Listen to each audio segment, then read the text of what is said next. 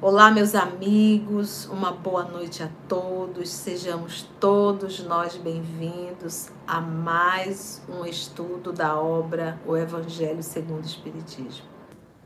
Nós já fizemos toda a introdução, então se você está chegando aqui pela primeira vez e deseja verdadeiramente estudar a obra O Evangelho segundo o Espiritismo, que você possa voltar e dar uma estudada. Agora vamos iniciar a fazer a nossa prece de gratidão, pedir a inspiração do mais alto para o estudo que nós vamos iniciar. Vamos orar?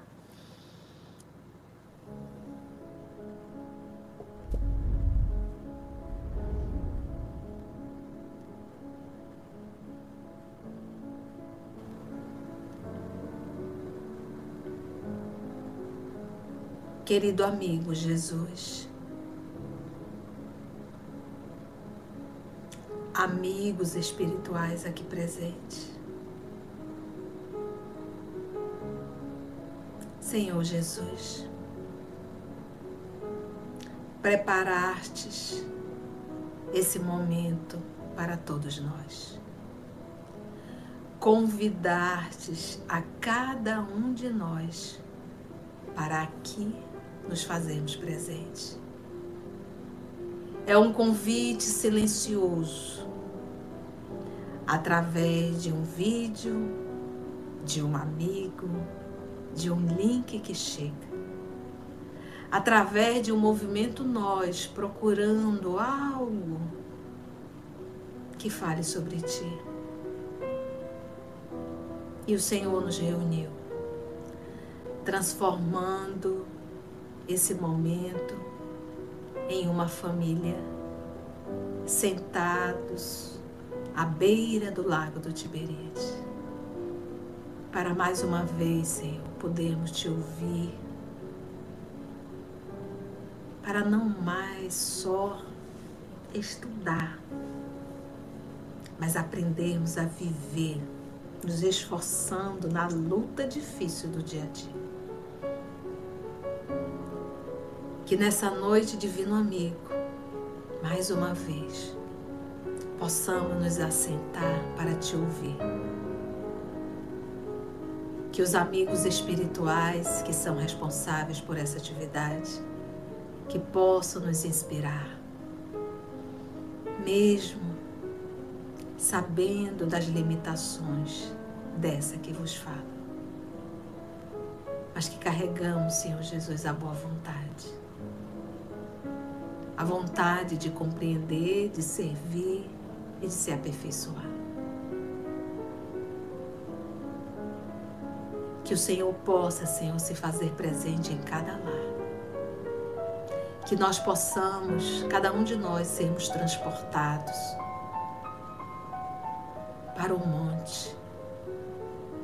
Porque essa fala de hoje, Senhor, foi no Sermão do Monte. Final da tarde, o pôr do sol,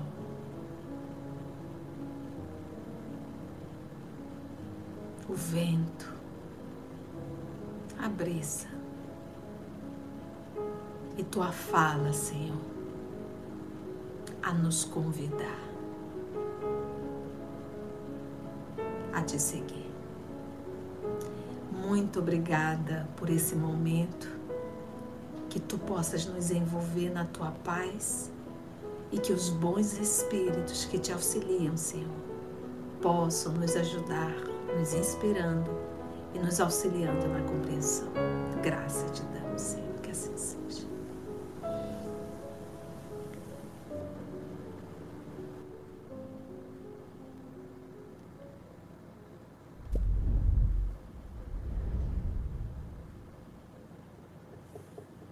Então vamos lá, vamos para o Evangelho?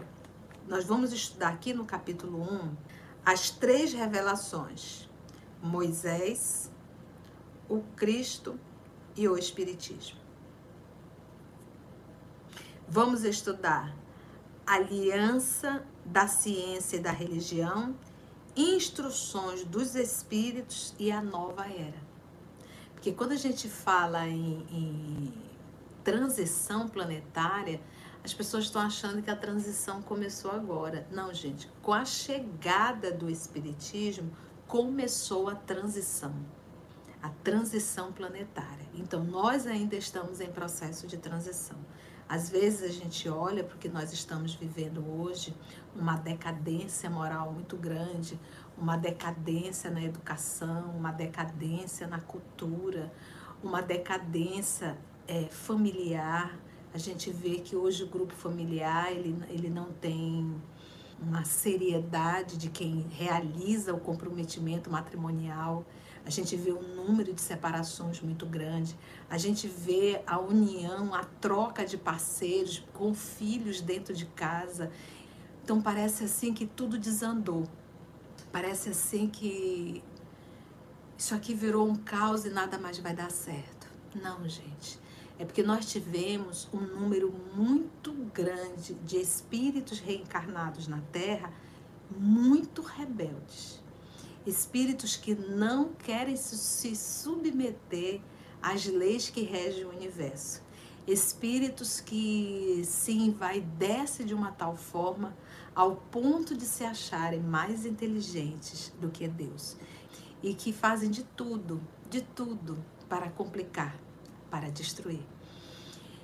E aí as pessoas me perguntam, e aí, tia? Gente, do jeito que chegou uma leva muito grande desses espíritos, chegou por permissão divina.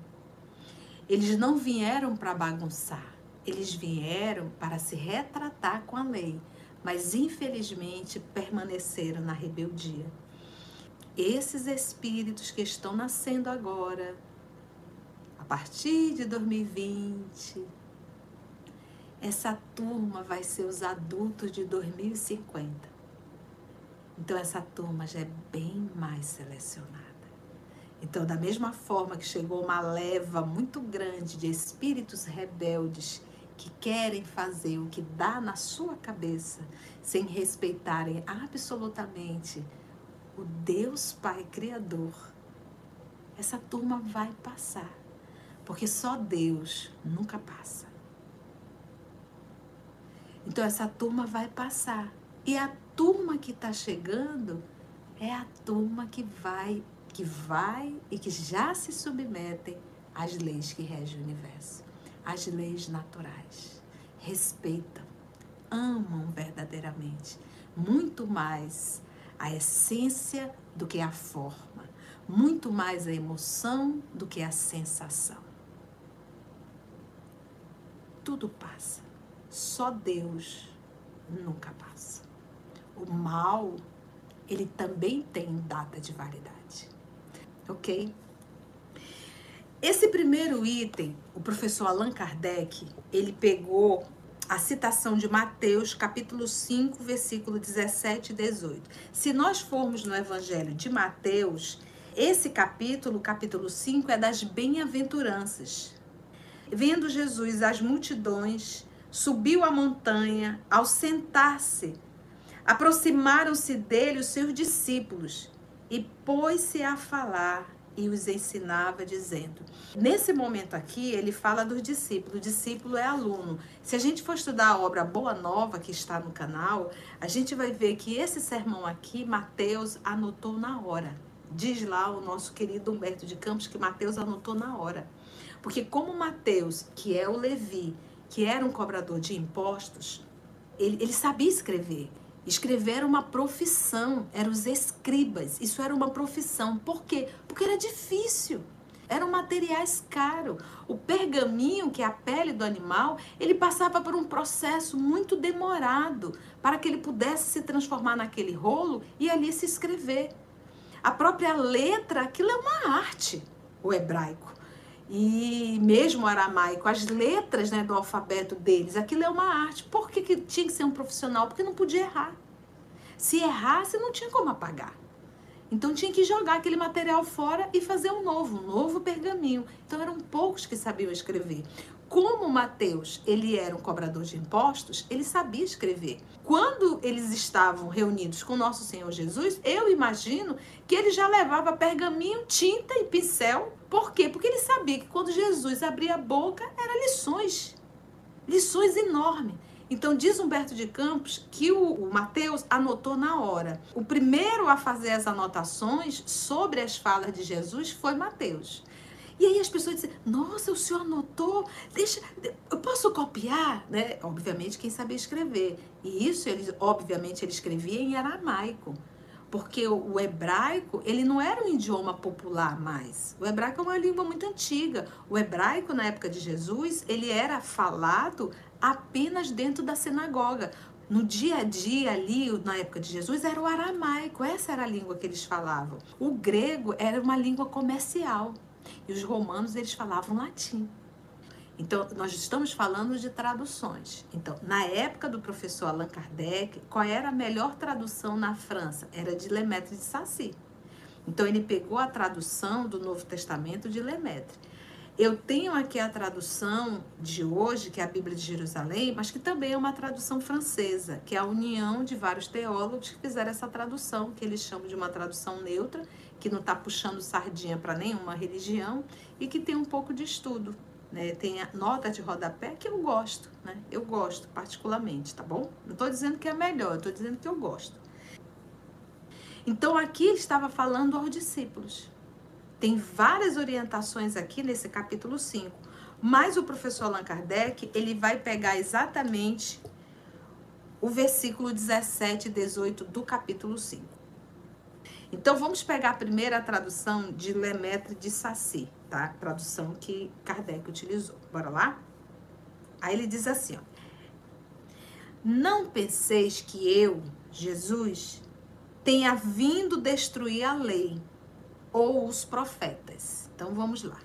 Primeiro, Jesus escolheu o povo judeu para encarnar. Era o povo, naquela época, monoteísta. Os demais todos eram politeístas. Uma vez que já tinha sido iniciada, através dos profetas, a crença, daí o trabalho de Moisés, em um Deus. Jesus enviou todos os profetas. Porque Jesus, ele é o governador do planeta Terra. Ele é o Espírito, Filho de Deus, como nós, mas muito mais evoluído que nós. Jesus participou, convidou esses espíritos nobres para a formação do planeta Terra. Quando esse planeta aqui era uma poeira, Jesus já era um Cristo coordenando todo o trabalho de formação do planeta, na condição de filho de Deus. O filho que realiza o trabalho do Pai, 100%. Porque Jesus não reflete a sua imagem, Jesus reflete Deus. Por isso é que ele diz, eu e o Pai somos um só. Ele faz 100% a vontade de Deus. Não é essa a nossa luta, meus irmãos? A gente faz a vontade de Deus? A gente já aprendeu a fazer a vontade de Deus? Faz nada, a gente só faz o que dá nas nossas ventas. Como diz mamãe. Esse menino só faz o que dá nas ventas, somos nós. Então, uma das características de um Cristo é fazer 100% a vontade de Deus. Nós não. Uma das características do espírito rebelde é querer fazer o que dá nas suas ventas, sempre. E tia, o que é a vontade de Deus? A gente sabe o que é a vontade de Deus. É exatamente o que não é a nossa. Então, ele é o Cristo. Então, quando a gente fala de Antigo Testamento, você acha o quê? Que Jesus não conhece nada do Antigo Testamento? Mas foi ele que enviou os profetas e coordenou tudo. Então, Jesus na condição, quando se revestiu de carne, o verbo se fez carne, quando ele se revestiu de carne, obviamente que ele conhece tudo. Então, ele diz assim, que eu, Jesus, tenha vindo destruir a lei. De que lei ele está falando? A lei mosaica. Porque Moisés foi um legislador, que era necessário, imagina. Ele no Egito, descobriu que era hebreu, sabendo que o povo já estava lá sendo escravo no Egito há 350 anos. Ele disse, eu vou libertar meu povo. Então imagina só, um povo hebreu que viveu no meio de uma sociedade dentro do Egito, adquiriu todas as regras, todas as manias, todas as crenças, toda a cultura. E o povo do Egito era politeísta, evocava os espíritos, fazia perguntas e brincadeiras. Isso era costume. Eles sabiam da existência dos espíritos, sabiam da comunicabilidade dos espíritos. Não havia a seriedade com isso. Se evocava para interesses particulares. Então, quando ele retirou o povo de lá, ele precisou construir leis, que nós vamos encontrar onde? No Levítico.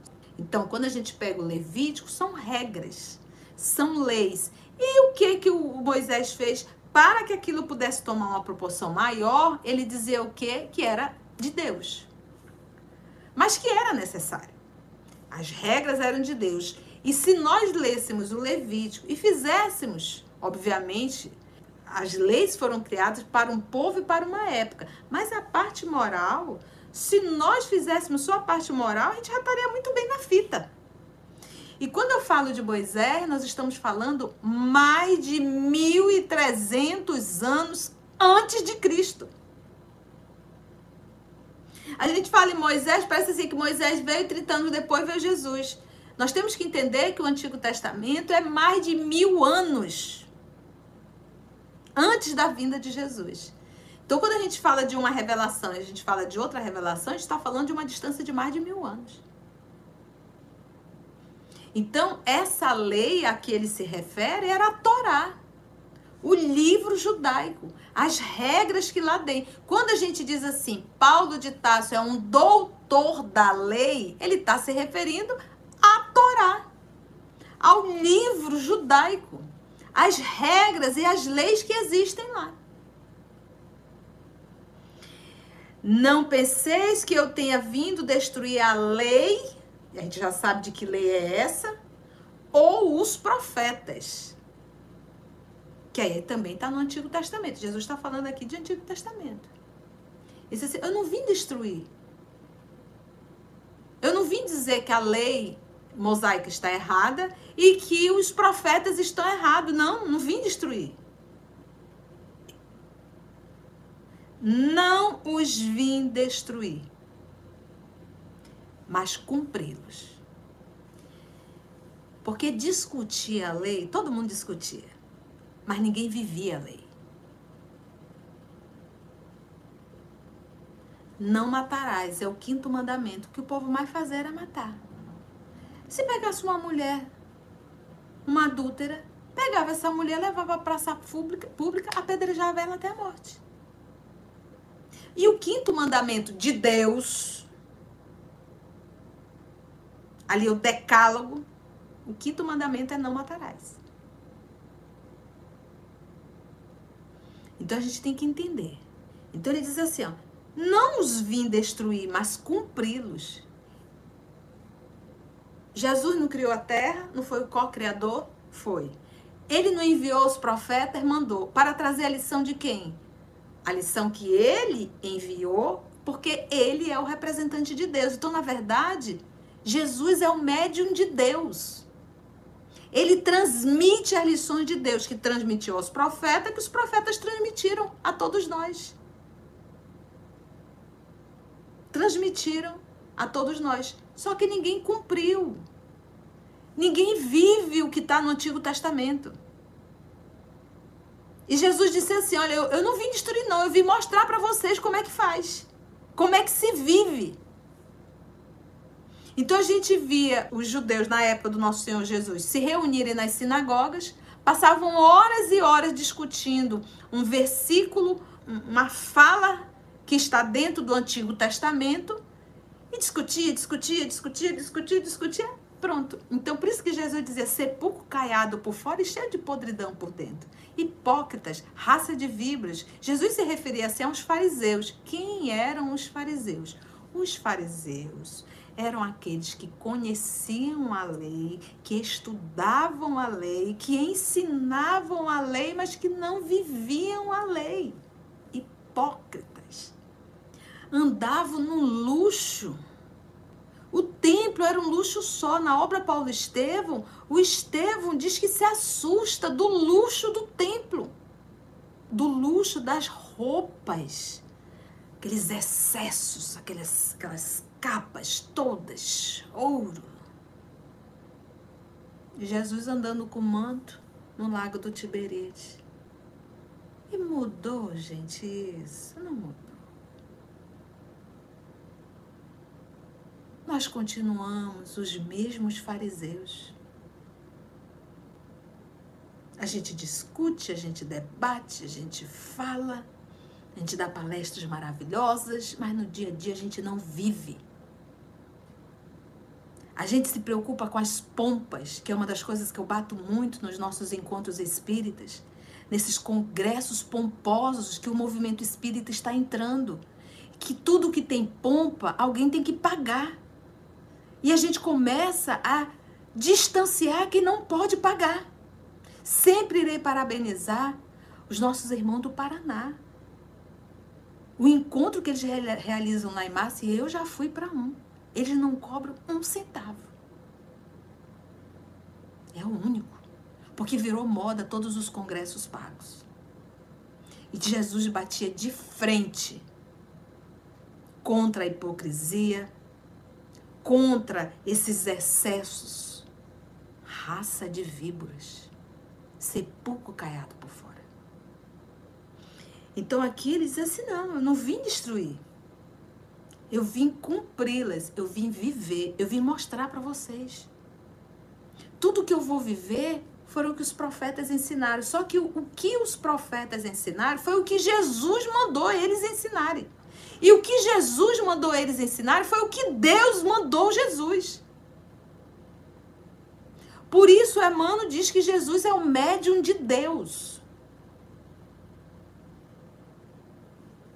Não vim destruir, mas cumpri-los. Porque, respondendo, em verdade vos digo que o céu e a terra não passarão, sem que tudo que se acha na lei, essa lei, aí volta o ping-pong, essa lei, a lei que está dentro do Antigo Testamento, mas que foi dita pelos profetas, mas os profetas ouviram de Jesus e Jesus ouviu de Deus. Então, no final da conta, a gente pode dizer que é divina. Mas a gente tem que entender que o médium, ele sempre coloca um pouco dele. Jesus não. Jesus é um médium íntegro. É 100% o que Deus manda. Quando ele passou pelos profetas, aí já não são espíritos que não é um Cristo ainda. Então vai sempre um pouco deles. E foi o que aconteceu com Moisés. O que nós temos ali 100% divino? O Decálogo, os 10 mandamentos. Que foi uma escrita direta na pedra. É um fenômeno mediúnico autêntico. Pneumatografia, escrita direta. Essa daí não houve uma interferência de nenhum médium. E se eu pegar os 10 mandamentos que nós vamos estudar ainda hoje, mais de 3.500 anos, a gente ainda não vive. Porque em verdade vos digo que o céu e a terra não passarão, sem que tudo que se acha na lei esteja perfeitamente cumprido. Isso aqui é maravilhoso. Não vai acabar nada enquanto tudo não tiver do jeitinho que o papai quer. É por isso o período de transição. O período de transição é... Meu filho, você está bem rebelde ainda, né? Faz o seguinte. Você vai nascer de novo. Eu vou lhe dar mais uma chance, que é a galera que tá aqui. A galerinha de 20, 30, 40, 50 aninhos. A turma do rebelde, a turma do vamos lá mais uma vez. Vamos lá mais uma vez. Chegou aqui e se enrolou todo. Eu quero fazer do meu jeito. Eu tô certo e Deus tá errado. E a gente se enrolou todo. Então, ou seja, o que está acontecendo? Ele diz aqui o nosso Senhor Jesus: em verdade eu vos digo que o céu e a terra não passarão, sem que tudo que se acha na lei esteja perfeitamente cumprido. O que o papai delegou vai ter que acontecer. Porque sabe o que o papai delegou? Amai-vos uns aos outros, como Jesus nos amou. Você tem noção? O dia que nós aprendermos a viver isso. Porque quem ama, cuida, respeita, protege, se preocupa. O que mais mata em sociedade é a indiferença que nós temos uns para com os outros. O interesse próprio em detrimento da dor alheia. Raça de víboras. O dia que nós aprendermos essa lição, isso aqui será um paraíso. Se ainda não é, é porque, infelizmente, existe muito mais espíritos perversos na Terra, que são dominados pela vaidade. Ah, vaidade. O vaidoso tem certeza que sabe muito mais. Não admite que ninguém venha contra as suas ideias, por mais que estejam erradas.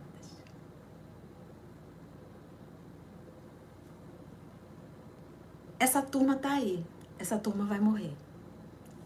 Dessa turma, todo mundo errou? Não. Dessa turma, com certeza tiveram alguns. Com certeza tiveram alguns que souberam segurar firme. Não cair em tentação. E estar em luta. Outros não. Outros decidiram atender todas as suas vontades, todos os seus desejos. Esteja perfeitamente cumprido. Perfeitamente. Porque o Papai do Céu, gente, ele não aceita 9,5 nem 9,75. Tem que ser 10. Por quê? Porque ele está nos preparando para sermos um Cristo. Não passarão sem que tudo que se ache na lei esteja perfeitamente cumprido. Perfeitamente. Porque nós temos que aprender a refletir Deus. E a nossa cola, a nossa cópia perfeita é Jesus. Copia Jesus que nós estaremos copiando Deus. Porque Ele é o médium perfeito. Reflete Deus 100% e manda a mensagem de Deus 100%. Filtro perfeito. E Jesus continua. Enquanto reste um único iota faz parte de uma letra pequenininha dentro do alfabeto hebraico. Que muitas das vezes lembra lá daqueles que escreviam, os escribas, até evitavam colocar ela para não tomar espaço, porque quando você escrever, se pagava ali cada letra, imagina, cada espaço, né? Então se aproveitava bastante. Então era uma letra assim insignificante, que na tradução de Jerusalém eles colocaram a letra I, que deveria ser um dito popular, né? Como Maria vai com as outras, descasquei abacaxi, né? Então ele diz assim. enquanto reste um único iota e um único ponto. Vamos dizer, qualquer detalhe. Qualquer detalhe. Então, não, por isso que eu digo, não vale 9,999. Tem que ser 10. Porque nós estamos falando de um processo de perfeição, um processo de burilamento, num processo de ser um Cristo. Quanto mais nós relutamos em não fazer a vontade de Deus, mais nós sofremos. Porque todos os ensinamentos de Jesus é para nos libertarmos das paixões que nós construímos. Na obra, que também está no canal, o estudo, Obras Póstumas, quando a gente vai estudar lá um capítulo sobre o egoísmo, o que o professor Allan Kardec nos fala? A origem do egoísmo foi o instinto de conservação. O instinto de conservação. E aí a gente fez essa confusão. Outro ponto que a gente também não pode esquecer. Todos teremos que passar pela fila do mal. Ou seja, no meu processo de evolução, eu tenho primeiro que fazer o mal para depois aprender a fazer o bem? E os espíritos superiores responderam a Kardec. Pela fila do mal, não. Pela fila da ignorância, do não saber. Porque a intelectualidade a gente vai desenvolvendo. Então, todos têm a mesma origem, mas todos não somos obrigados a fazer o mal para poder fazer o bem. E aí eu pego sempre Jesus. Ele disse que eram 100 ovelhas. Quantas fugiram do aprisco? Uma. 1% se rebela. 1% passa pela fila do mal. 99% da criação, porque eu não sei se você sabe, mas nós somos uma criação divina. Nós somos um ser criado de uma perfeição. Deus, a inteligência suprema, nos criou. Tem que ser perfeito. Meus amigos, parece brincadeira, mas nós ficamos só no primeiro ponto da citação de Mateus. E eu vou ler na tradução da Bíblia de Jerusalém para que você possa ver um pouquinho. Não penseis que vim revogar a lei ou os profetas. Não vim revogá-los, mas dar-lhe pleno cumprimento. Eu vim viver. Porque em verdade vos digo que até que passe o céu e a terra, não será omitido nenhum só i, uma só vírgula da lei, sem que tudo seja realizado. Tudo seja realizado. Aí o Kardec parou aqui, né? Mas diz assim, aquele, portanto, que violar um só desses menores mandamentos e ensinar os homens a fazerem o mesmo, será chamado o menor no reino dos céus. Foi bom, gente? Deu para aprender? Vamos parar aí. Então, hoje nós aprendemos a distância que existe entre Moisés e Jesus. A gente aprendeu o que são as leis, quem são os profetas, né? O trabalho de Moisés nós vamos aprofundar na próxima semana, porque o nosso próximo estudo, se Deus nos permitir, será Moisés, tá bom? Então foi bom, gente? Deu pra gente aprender um tiquinho, né? Agradecer sempre a espiritualidade amiga, né? Que nos conduz, né? Nos enriquece, nos inspira nesse trabalho. Então eu também me coloco na condição de aluna, sempre.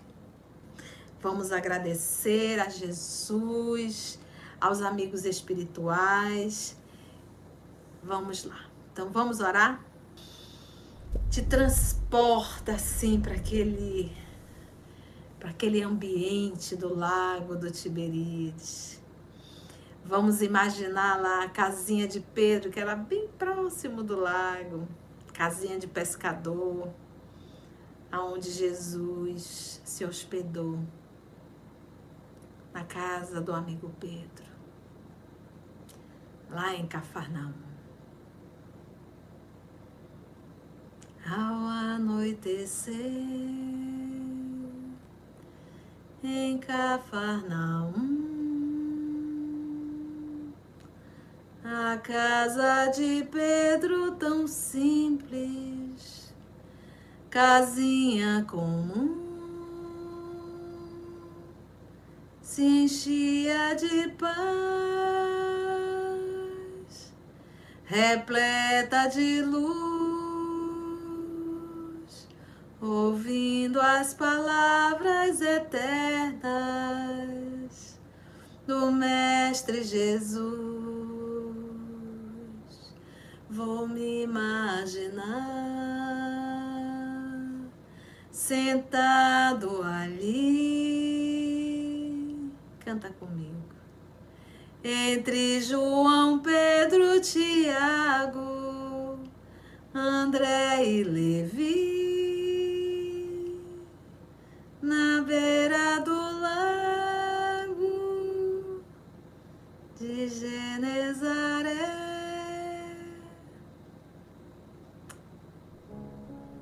Ah, Jesus, se pudéssemos, estenderíamos para ficarmos mais próximos, para ficarmos aqui, nesse lago que o Senhor preparou para cada um de nós, aonde nos consola, nos fortalece, aonde nos sentimos tão mais próximos de Ti. A vida, Senhor, cotidiano, a convivência em família, a dificuldade de relação, a vida profissional. Como é difícil, Senhor.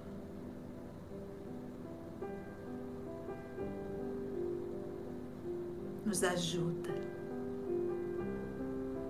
para que, apesar de todas as dificuldades, possamos estar em Ti.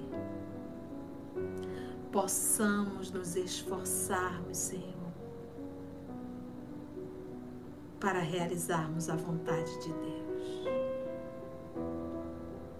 Dá-nos força, coragem, disciplina. E rogamos aos nossos anjos de guarda que nos auxiliem, para que não venhamos a cair nas tentações que ainda existem dentro de cada um de nós. Obrigada, Senhor, amor de nossa vida. Obrigada aos amigos espirituais aqui presentes pelo abraço, pelo carinho dado a cada um de nós. E se Deus nos permitir, Senhor, até o nosso próximo Evangelho. Muito obrigada. Que assim seja. E eu tão criança ainda naquele lugar, quem sabe Jesus me levasse para passear no quintal da casa de Pedro.